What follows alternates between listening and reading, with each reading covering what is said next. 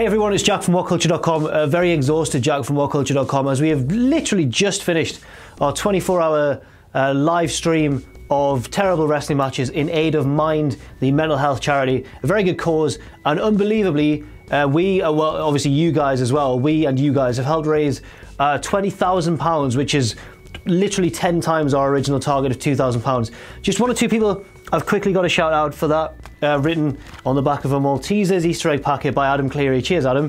Very classy. These people were part of a late flurry of donations who were, if they donated £50, they got a special shout out on the fast count. So here we go. McGahn, I'm not sure how you pronounce that. I think it's McGahn. It's M-C-G-A-H-O-N. And Jasmine as well, thank you very much. And also a special shout out to Ella, who got us over the line for 20,000 as well. These weren't the only rewards that we were dishing out for donations of a certain size. Hobo Joe, what's going to happen to you? I am going through a table. He's going to get put through a table. A real one, not gimmicked, not sawed through. Also, Pachidi ate some dog treats. One stage last night, or yesterday, Adam Cleary and Adam Blompier kissed one another passionately on the mouth. And old Ben Potter from the gaming channel, he has to get a tattoo on his leg of the donator's choice, which we don't know yet, but early speculation seems to suggest that it'll be either Thunder or Plumpy. So, yeah. Thanks very much, everyone, for donating. We've had a great time. We are very tired, but let's just crack on and look at all the news from this week in the world of wrestling. Yeah, I'm Jack. That's Hobo Joe, and this is the Fast Count.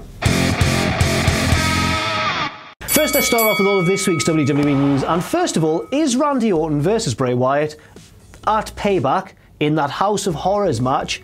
Is that for the WWE Championship, or is it not? The original match graphic suggested that it was for the title, but since then, the match listing on WWE.com, which seems to be sort of a more solid, reputable source, has no mention of the championship at all. If it's not for the title, why not? Obviously, Bray Wyatt's looking to be on Raw now and Orton's staying on SmackDown, but, you know, you feel as though Bray Wyatt's owed a rematch. I don't know if he ever got his rematch. Did he ever get his rematch? I don't think he did. He never did it. He never did. It just makes no sense. And a lot of people are predicting that the House of Horrors stipulation as well is going to ensure that this may be one of the worst WWE pay-per-view matches of 2017, but we'll see how it goes. Next up, and you'll certainly know this by now, but Jinder Mahal is the new #1 contender for the WWE Championship. He will face Randy Orton, it seems, at Backlash, which kind of ties into the whole is the House of Horrors match for the championship. Apparently not. Like, Randy Orton is assumed to be the champion facing Jinder at Backlash. Jinder won a six-pack challenge on SmackDown for this opportunity, and everyone's just...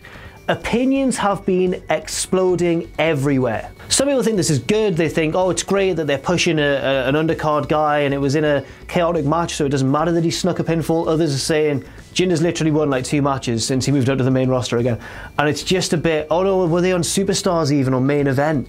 Jinder's not won a lot since he's come back to SmackDown, and suddenly he's just been given this title match out of the blue. There's a lot of skepticism, which Meltzer has built upon in the Wrestling Observer newsletter, which suggests that WWE are doing this to help further develop their Indian market. India remains apparently the 3rd biggest market for WWE, behind only the United States and the United Kingdom. And finally, in WWE news, Meltzer also shed further light on Mauro Ranallo and his exit from the promotion. Now, this is the 3rd week in a row that we've reported on this, but it is very, very serious. And of course, it's obviously the topic in vogue at the moment, but it's also something that's long overdue in being discussed in the world of wrestling and WWE in particular. Mauro was apparently forced out due to, we know this now, bullying, specifically by JBL, and it's all kind of revolved around whether this is JBL's fault or whether, well, of course it is his fault, but whether it extends higher as well to the mentality that Vince maintains within the company. Ranallo was apparently forced out because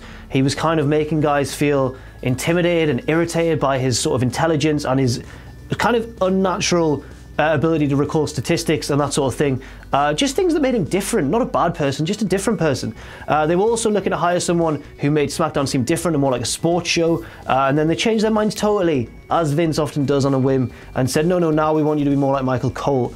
And Ranallo can't be like Michael Cole. He's a very specific style of announcer, one that they'd originally wanted, and then suddenly for his job description to be changed so much, and for all this pressure from external guys, it's certainly easy to see why Ranallo felt like everything was building up too much around him and why he exited the company, without even beginning to mention his history of mental health issues as well. So, I mean, send your support to Mauro on Twitter, everyone. He does appreciate it, and it opens up a very interesting and very controversial debate about bullying and the whole general workplace environment in WWE. Now it's time for all the rest of the news from elsewhere in the just unpredictable world of wrestling. And first of all, we start with maybe an unpredictable bit of news, because you'll never guess what. What? So you know Global Force Wrestling, Jeff Jarrett's offshoot promotion? Yes. Guess which promotion they've merged with? TNA? Impact Wrestling, yeah, they've... Of course. Jarrett's just playing the long game, isn't he? He's, I'm going to leave the company, I'm going to spend years making a promotion / gold trading. What was it again? It was like some kind of gold, I don't know, but then now it's back, it's merged with Impact, he's back. Jeff Jarrett, the chosen one. Wow, boom, boom, boom. This is WCW theme tune. Least surprising news of the week, but worth a mention. Now some spoilers from some tapings of Impact Wrestling that haven't yet aired, so stop listening for about 10 to 20 seconds if you care. If you don't, just keep listening, right? Ready? 1, 2, 3. So Loki returned, and he won the X Division Championship. I think this is his 4th reign. Loki, of course, is an Impact Wrestling legend. He was one of the original members of the X Division, a really defining flippy kind of guy, you know, but really hard-hitting as well. Perhaps he was born 10 years too early. Maybe he would have really fit in today's climate. An appreciative nod from behind the camera, like, yes, Loki would. Anyway, he came back in his new gimmick, which is basically Agent 47 from the Hitman series of video games. And now some far more somber news. Former WWE superstar and tag team champion Matt Anoa'i, also known as Rosie, passed away on Monday at the age of 47. Our thoughts here at WhatCulture, of course, go out to all of his friends and family, including his brother Roman Reigns. And finally, I don't know what you're going to do for the rest of the week, but it's rest of the week.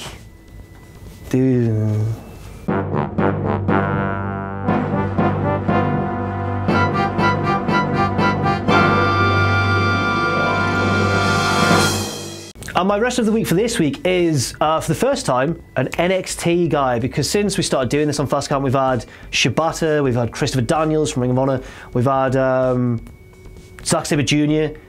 We've not really gone towards WWE much, but we're going to NXT. It was kind of a slow week. There weren't too many big matches where everyone went, wow, what an amazing match. But there was a match that brought quite a satisfying end to a long-running storyline, and that was Ty Dillinger versus Eric Young in a steel cage match. This was your classic lone babyface versus pack of, you know, sadistic heels storyline. The cage was supposed to prevent interference, but of course it didn't. The other members of Sanity ran down to interfere. But I'm giving my rest of the week to Ty Dillinger because he told the perfect babyface story. He fought off multiple opponents. He made a heroic escape through the door, which you don't really see, but it worked because the numbers were overwhelming him and he thought, I've got to get out of here, and he did. He's finally beaten Eric Young. Satisfying end of the storyline. Yes, Ty may slightly be taking advantage of a bit of a weak week, if that makes sense, in rest of the week. Not a strong week at all, but, you know, I think he deserves it, and hopefully he can continue to impress. Now he's on SmackDown, so Ty Dillinger, you are my wrestler of the week. I can hear Ben Potter exclaiming with delight as we speak. He's one of his favourite wrestlers. So once again, that's all for the Fast Count this week, and thank you to everyone who watched and donated to our 24-hour live stream in support of Mind and in celebration of 1 million subscribers on YouTube. It was for a very worthy cause, and we had a great, well, largely a great time doing it. Joe's got to go through a table, but thanks to everyone once again. I've been Jack from WhatCulture.com, and we'll see you very soon. No!